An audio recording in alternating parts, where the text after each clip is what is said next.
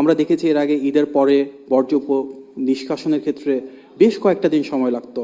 এত বড় একটা ঢাকা শহর, সেখানে কিন্তু বিপুল অংশ, বিশাল অংশ সেদিন রাতের ভিতরে পূর্ণাঙ্গভাবে পরিষ্কার হয়েছে। কোথাও কোথাও ত্রুটি বিচ্যুতি ছিল, মাননীয় প্রধানমন্ত্রী সরেজমিনে সেটা দেখেছেন, কারণ তিনি জনসেবার এমন একটা মানদণ্ড স্থাপন করতে চান যেখানে দায়বদ্ধতা তৈরি হবে। এই যে মাননীয় প্রধানমন্ত্রী নিজে নেমে আসছেন, জবাবদিহিতা তৈরি করছেন, দায়বদ্ধতা তৈরি করছেন।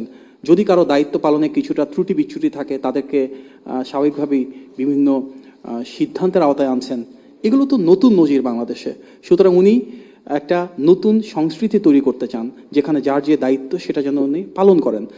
আমরা ধরেই নিচ্ছি 16 বছরের দীর্ঘ ফ্যাসিবাদ পরবর্তী আজকের গণতান্ত্রিক বাংলাদেশে প্রথম ঈদ, মাত্র 3 মাসের ভেতর সব কিছু শতভাগ পাল্টে যাবে, এই প্রত্যাশা কিন্তু আমরা কেউ করছি না। কিন্তু আমরা চাই শুরুটা হোক যেখানে সর্বোচ্চ দায়বদ্ধতা থাকবে এবং একটি জবাবদিহিমূলক সরকারের ব্যবস্থা যতটা সম্ভব, সরকারের সর্বোচ্চ শক্তি, সরকারের সর্বোচ্চ আন্তরিকতা, সরকারের জনগণের প্রতি সর্বোচ্চ ভালোবাসা নিয়ে আমরা যেন কাজটা করতে পারি। এবং মাননীয় প্রধানমন্ত্রী যেহেতু বাংলাদেশের সরকারের নেতৃত্বে রয়েছেন, ওনার নির্দেশনায় যেহেতু সবাই কাজ করছেন, উনি নিজে নেমে গিয়ে সেটা দেখবেন এবং নিজে নেমে গিয়ে জনগণের পাশে থেকে, জনগণের কাছে থেকে জনগণের সেবা করবেন, সেটাই তো স্বাভাবিক। উনি নতুন মানদণ্ড, নতুন নজির স্থাপন করেছেন। ধন্যবাদ।